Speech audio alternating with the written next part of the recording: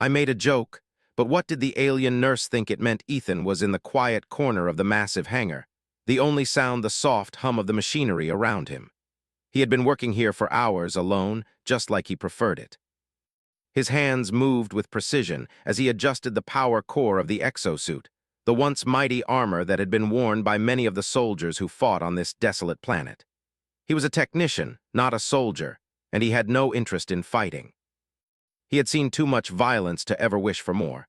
But this, fixing armor, ensuring the machines would work in battle, that was something he could do. The exosuit in front of him had been through hell, its plating scratched and dented from months of combat. But with each adjustment, each connection he fixed, it came closer to its original power. The suit would once again be ready to face whatever the alien invaders threw at them. He wiped his brow with the back of his hand, his fingers smeared with grease, and took a step back to look at the suit. A few more wires needed to be connected, a couple more systems to be calibrated, and it would be good to go. Ethan was the best at what he did. He had to be. Lives depended on his ability to keep the machines running. In a war like this, that was just as important as fighting. As he bent down to check the lower joint of the suit, a sudden shift in the air caught his attention. He froze. Someone was in the hangar. The door, which had been sealed shut for hours, creaked open. Ethan didn't move. His heart raced, and his instincts told him something was wrong. He was alone in a place filled with weapons and dangerous technology. No one should have been able to enter without a code. His fingers instinctively reached for the wrench lying on the workbench, but then he paused. The figure approaching him wasn't a soldier. It wasn't even a technician. It was something else entirely. A woman. The figure stepped into the dim light of the hangar. She was tall, her long cloak flowing behind her like a shadow. The flickering lights reflected off her dark, glistening skin. Her face was sharp, almost regal, her eyes glowing faintly with an unsettling light. She was alien. Ethan's eyes narrowed as he took in the sight of her. The V-Wrath, he had heard of them, of course. They were the enemy, the invaders who had taken over countless worlds, leaving nothing but ruin behind them. Their empire stretched across the galaxy, and they were feared by every race they encountered. But he had never seen one up close.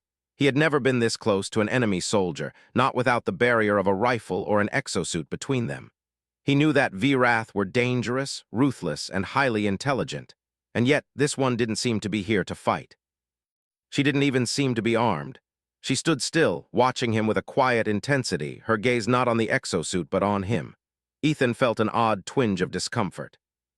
He had repaired countless pieces of alien technology, but standing here in front of her, he couldn't help but feel that he was the one being scrutinized. "Who are you?" Ethan asked, his voice steady but tinged with curiosity. The alien woman didn't respond right away. Instead, she tilted her head as though studying him in the same way he was studying her. Ethan knew better than to let his guard down, but something about her was different. She wasn't rushing toward him, weapon drawn, ready to fight. Instead, she seemed almost curious. "I am Captain Liss," she said at last, her voice cold but not unkind. "I've come to see the human behind the armor." Ethan blinked, confused. The human behind the armor. Liss stepped closer, her movements smooth and graceful, as though every step was deliberate, carefully calculated.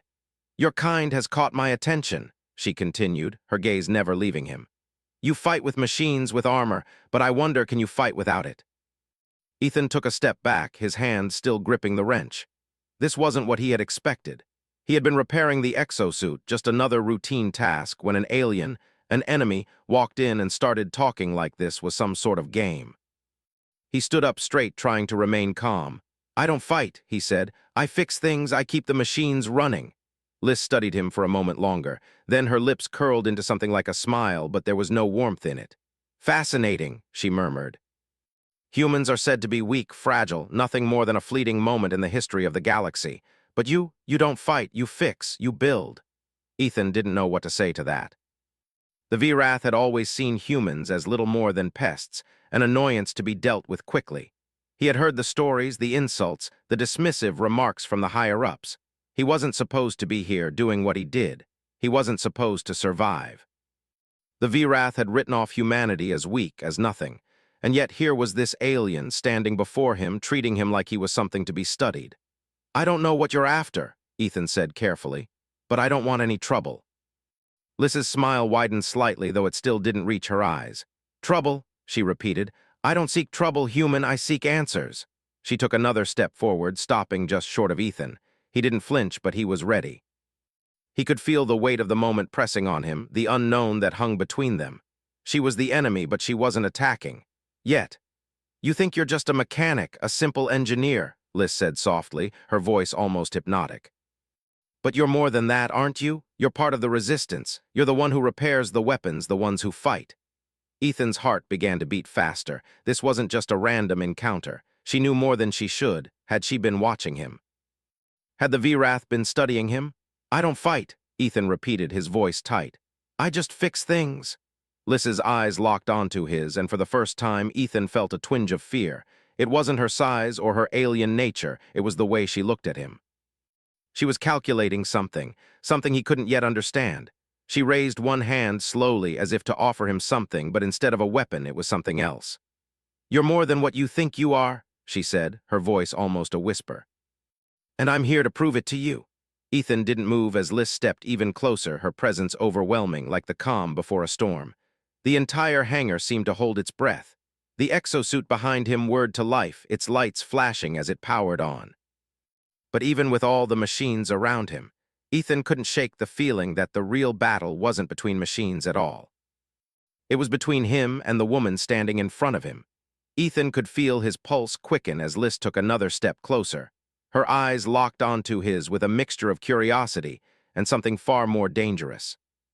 He couldn't explain it, but there was something unsettling about the way she watched him, as if she were seeing through him, calculating every part of him. The faint hum of the exosuit's power core filled the silence, but it felt like the sound of a ticking clock. He took a step back, his boots scraping the metal floor, but Liz remained still. Her gaze didn't waver. Her presence in the hangar seemed to swallow up all the space around them, as if she commanded the very air they breathed. He had dealt with many aliens before, some of them hostile, others more neutral, but never had he met one like her. There was a calmness to her, an elegance even, that belied the danger she represented. I'm not a soldier, Ethan said again, this time with more conviction, trying to steady his breath.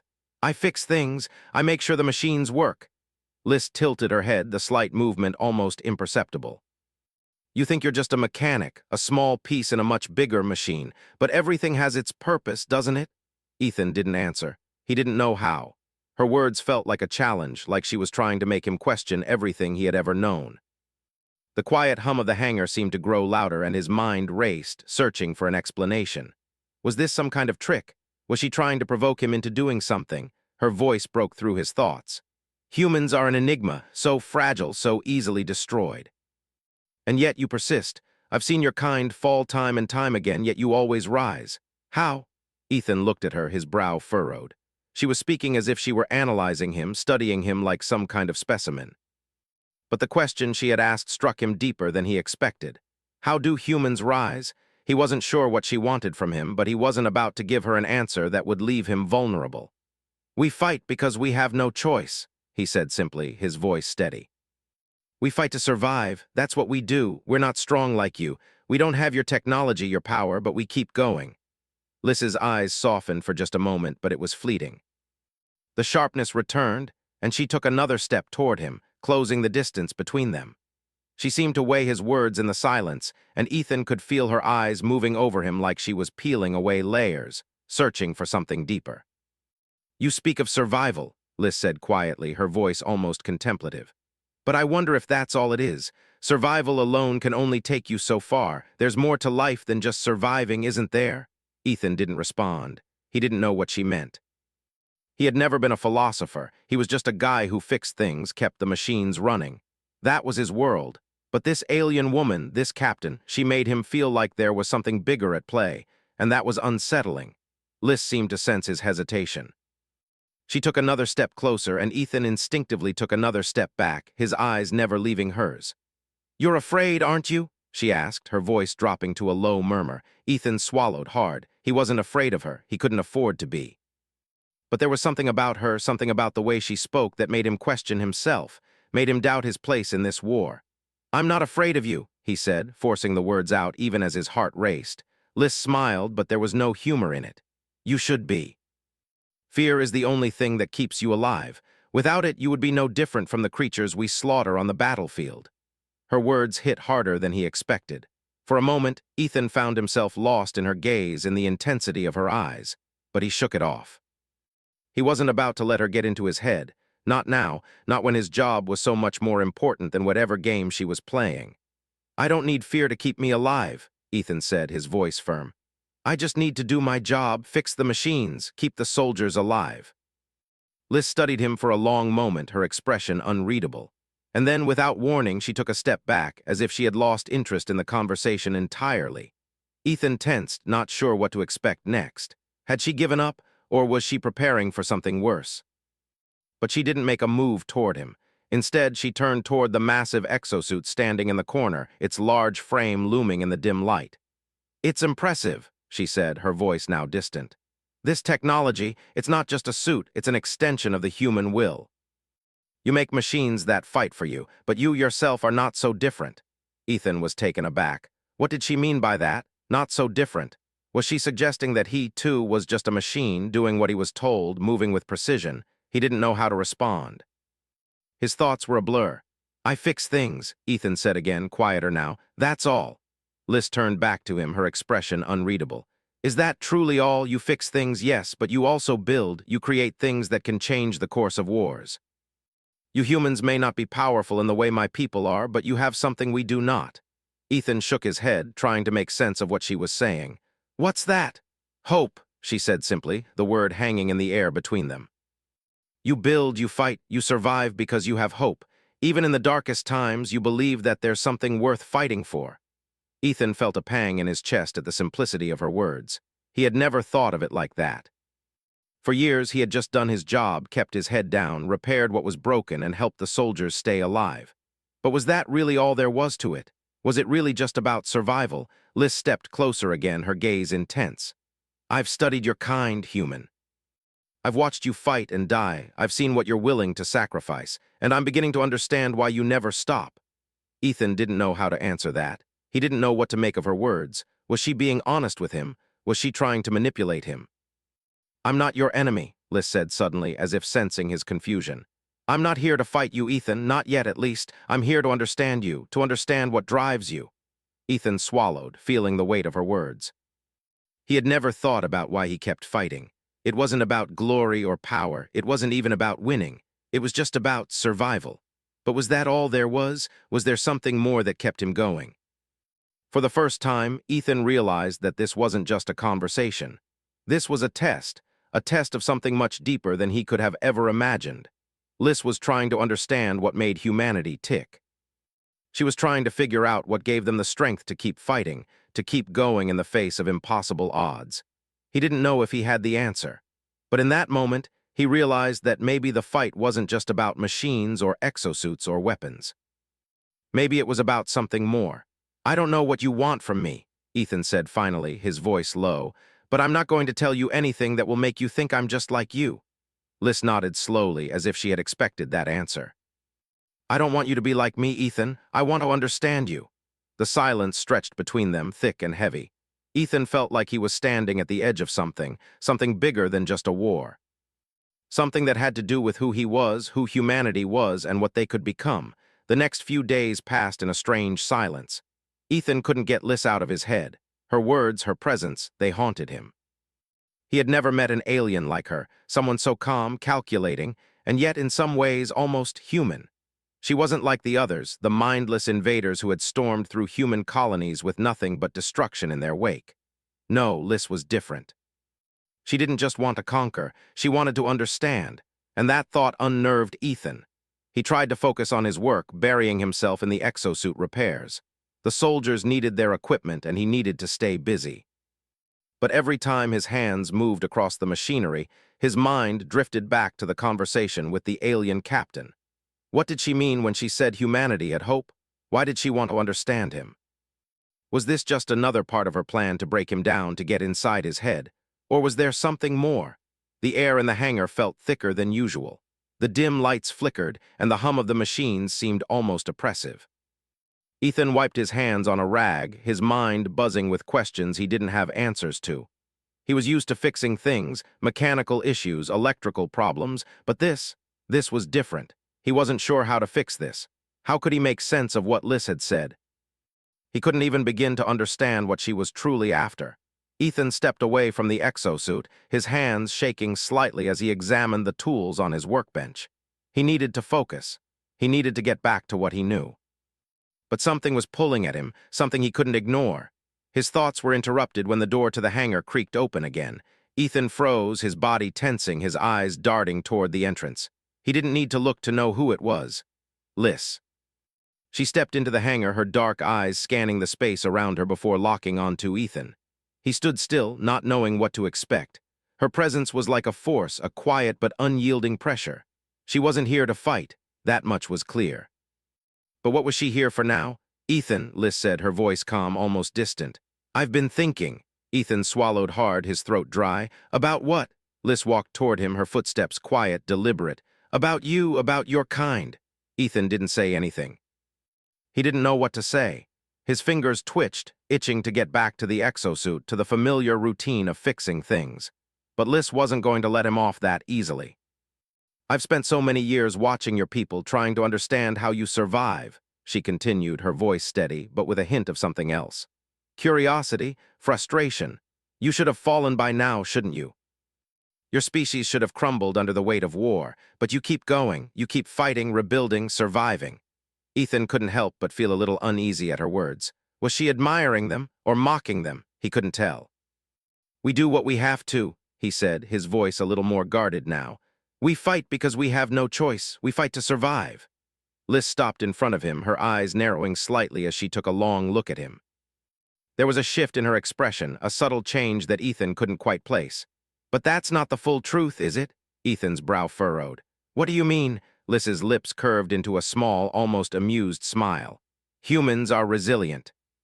But more than that, you're adaptable. You find ways to survive that no one else would think of. You don't rely on brute strength. You rely on your ingenuity, your ability to adapt. Ethan felt a chill run down his spine. She was right. He had never thought of it that way, but it was true. Humans weren't as strong as the Virath or other alien species, but they had something else. They could take what they had and make it work, even in the harshest conditions. I don't know what you're getting at, Ethan said, his voice more defensive now. I'm just doing my job. I'm just trying to help people survive. Liz stepped closer, her gaze never leaving him. You're more than just a mechanic, Ethan. You're a symbol. The way you fix things, your people see you as a hero, a protector. Ethan felt his stomach twist at her words. He wasn't a hero, he was just a guy who fixed things. But the way she was looking at him, the way she spoke, made him feel like maybe he was something more than that. That's not true, Ethan said, shaking his head. I'm not anyone's hero. I'm just trying to keep the machines running so the soldiers can fight. That's all I do. Liz's smile faded slightly, and for a brief moment there was a flicker of something in her eyes. Regret, maybe, or perhaps understanding. I think you're selling yourself short, Ethan, but that's what makes you human, isn't it? You never see yourselves as anything more than what you are in the moment, but others see you differently. Ethan took a step back, trying to put some distance between them. He wasn't sure where this conversation was going, but it was making him uncomfortable. Liz was trying to get into his head, and he wasn't sure if he wanted to let her.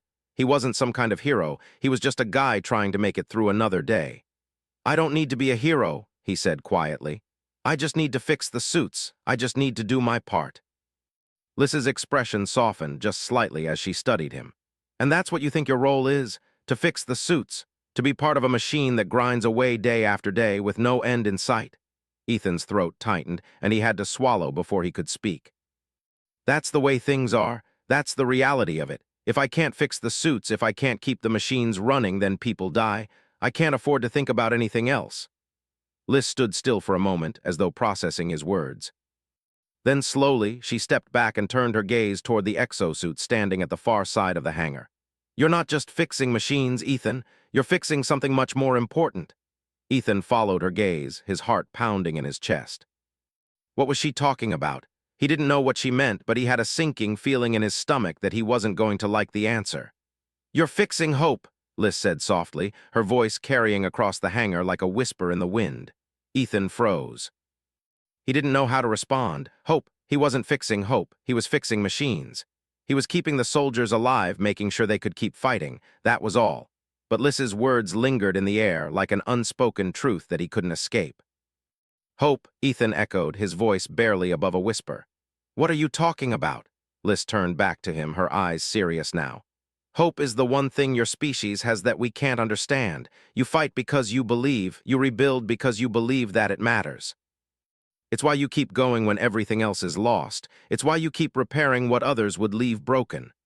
Ethan felt a tightness in his chest. He wasn't sure what to say to that. She was right, in a way. Humanity had always fought with everything it had. But did it really come down to hope? Was that the secret to why they kept going? He didn't know. He didn't have the answers. All he knew was that he couldn't stop. He couldn't give up. He couldn't let the machines break down because if they did, people would die. I don't know if it's hope, Ethan said quietly, almost to himself. But I can't stop, I can't. Liss's eyes softened, a flicker of something like understanding passing through them. I know, she said gently, and that's what makes you different from us. Ethan looked at her, unsure of what to say next. He had no idea where this conversation was going or what Liss really wanted. But for the first time since they had met, he didn't feel like he was talking to an enemy. He felt like he was talking to someone who, in her own way, understood him. The days after Liss's visit felt strange to Ethan. His usual routine of repairing exosuits and maintaining the machinery had become almost mechanical, a way to fill the silence left by her words. The hangar felt emptier, quieter, and Ethan couldn't shake the feeling that something had changed within him. He had always been focused on the practical, on the job, on what needed to be fixed. But now, after talking with Liss, he couldn't help but wonder about something more. For the first time in years, he found himself questioning his purpose. Not just in the war, but in life. He had always believed that as long as he kept the machines running, as long as he did his part, he would be helping. But had it ever been more than that? Had he been just a small cog in a larger machine, or was there something deeper to his role? And what about Liss?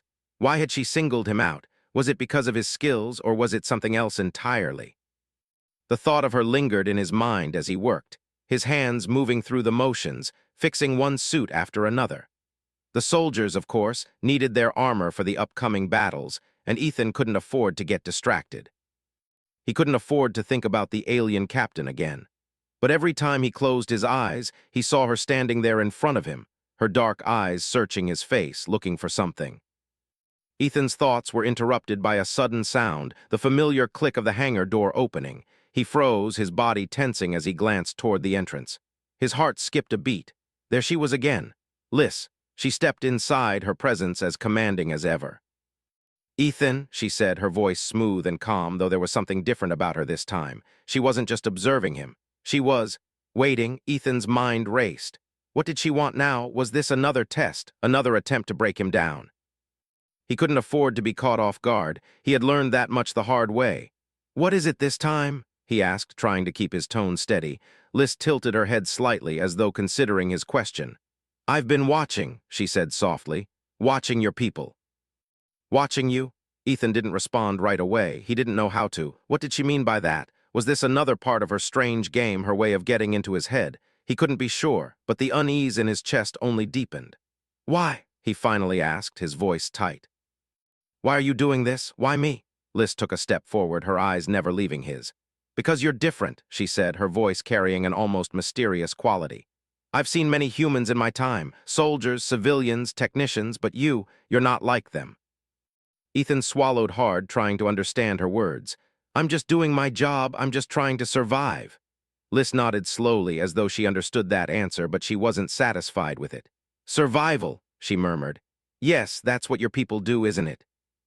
You survive, but survival isn't enough, Ethan. It never has been. Ethan's mind raced as he tried to make sense of what she was saying. She had told him before that hope was what drove humanity, that it was more than just fighting. But now she was suggesting something different. Then what is enough? He asked, his voice sharp, trying to hold onto some semblance of control. Liss's gaze softened for just a moment, but the change was subtle. She seemed almost sad. You think that survival is the ultimate goal, that as long as you live, you've won. But you're wrong. Surviving isn't enough, Ethan. To truly live, you must have something to fight for, something to believe in, something bigger than yourself. Ethan couldn't help but feel a knot tighten in his stomach. He had always believed in the fight for survival. Every day he saw soldiers going out to battle, risking their lives to protect what little they had left. And he fixed the machines that helped them do it. It was simple. It was enough. But now Liz was making him question that. "You're wrong," Ethan said quietly, though the words didn't feel as strong as he wanted them to. "People fight because they have to. There's nothing bigger than survival. There's nothing more important." Liz didn't reply right away. She simply stood there, her eyes studying him with an intensity that felt like it was peeling back the layers of his thoughts, of his beliefs. Finally, after what seemed like an eternity, she spoke. "Do you know why we fight?" she asked, her voice so soft that it almost seemed like a whisper. Ethan blinked, caught off guard by the question. "You fight to conquer, to take over worlds." Liz shook her head, the movement almost imperceptible. "No. We fight because we have lost something, something that cannot be replaced." She paused, as if gathering her thoughts. "For generations, the Virath were united, a people who believed in the strength of their empire. We believed that power was the only thing that mattered. But over time, we lost sight of what made us who we were. We lost the belief in something greater than power, something that gave us purpose. And that is why we keep fighting, to find it again." Ethan was silent for a moment, his mind reeling. What was she saying? Was this some kind of trick? Or was it the truth? Liz stepped closer, her voice dropping even lower. "We are a species of conquerors, yes, but there is a difference between conquering because you have to and conquering because you believe you are entitled to everything. We've lost our way, Ethan, and I see something in you and your people that we've forgotten." Ethan shook his head, struggling to process her words. "You don't get it," he said, his voice thick with frustration. "You're talking about something that doesn't exist. You're talking about ideals, but ideals won't save anyone. They won't keep people alive. They won't win wars." Liz's eyes narrowed slightly, but there was no anger in her gaze. "You think that survival alone is enough, but when all you have is survival, you forget why you fight. You forget what it means to be human." Her words hit harder than he expected. He had always believed in survival, in doing whatever it took to keep going. But she was suggesting that there was something more, something beyond survival, something that gave life meaning. For the first time, Ethan wasn't sure what to think. He had always thought that the reason they kept fighting was simple, to survive. But Liz made it sound as if there was something deeper, something that connected humans in ways he had never considered. "You want to understand us," Ethan said, his voice quieter now, almost as if he were speaking to himself. "But you don't, you can't." Liz was silent for a long moment. Then she spoke softly, her voice carrying the weight of something old, something lost. "Maybe not. But I see the spark in you, Ethan, the spark that your people carry with them, and I wonder if I could find that spark again in my own people." Ethan didn't know what to say. He wanted to argue, to tell her that she was wrong, that survival was all that mattered. But a part of him, the part that had been buried deep inside for so long, wondered if she was right. Was there more to it than just survival? For the first time, Ethan didn't have an answer. Ethan sat in the corner of the hangar, staring at the half-finished exosuit. His hands were still covered in grease from the repairs, but his mind was far from the machinery in front of him. He had never felt so lost. The questions that Liz had planted in his mind continued to swirl around in his thoughts, making it hard to focus on anything else. She had said it, survival is not enough. She had told him that there was more to life than just getting by, that there was something deeper, something worth fighting for. But what did that even mean? What could he possibly have to fight for besides the survival of his people? What was more important than making sure the soldiers had their armor ready, that the machines were functioning, that everyone could continue to fight in this endless war? The sound of footsteps broke through his thoughts. Ethan looked up, his heart skipping a beat as he saw Liz enter the hangar once again. Her presence, as always, filled the room with an almost palpable intensity. She was like a storm, calm on the surface, but carrying something powerful beneath. For a moment, neither of them spoke. Liz simply stood there, watching him. Ethan shifted uncomfortably, wiping his hands on a rag as he tried to ignore the weight of her gaze. He had been avoiding her since their last conversation, but it seemed inevitable that she would come back. She always did. "Ethan," Liz said softly, breaking the silence. Her voice was calm, yet there was a hint of urgency in it. Ethan didn't answer right away. His heart was racing. He wasn't sure what to say anymore. "What do you want?" he asked, his voice quieter than usual, almost reluctant. Liz stepped forward, her eyes still focused on him. "I came to speak with you again." Ethan let out a long breath, trying to steady his nerves. He had learned that when it came to Liz, there was always more to her words than what she said. She wasn't just here for casual conversation. There was always something hidden beneath the surface. "You've been quiet," she continued, her gaze unwavering. "I can feel it. You've been thinking about what I said." Ethan didn't deny it. He had been thinking about it more than he ever wanted to. Her words had shaken him in ways he couldn't fully explain. She was right about one thing: his entire life had been about survival. But now he was questioning whether that was enough. Could there be something more? Could there be a reason to fight beyond just staying alive? "I don't know what you want from me," Ethan said, his voice tight. "I'm just trying to do my job. I'm just a mechanic." Liz smiled faintly, but there was no mockery in it. She looked almost empathetic. "You think you're just a mechanic, but that's not all you are, Ethan. You've been through more than most humans ever will. You've seen the destruction, the loss, and yet you keep going. Why?" Ethan didn't know how to answer her. Why did he keep going? It wasn't because of some grand belief in the future or some higher purpose. It was because he had to. Because the soldiers needed him. Because the war wasn't over, and if he didn't keep fighting, people would die. That was all there was to it. At least that's what he had always believed. "I fix the machines," he said again, the words sounding hollow even to his own ears. "I keep people alive, that's enough." Liz shook her head slowly, the expression on her face softening.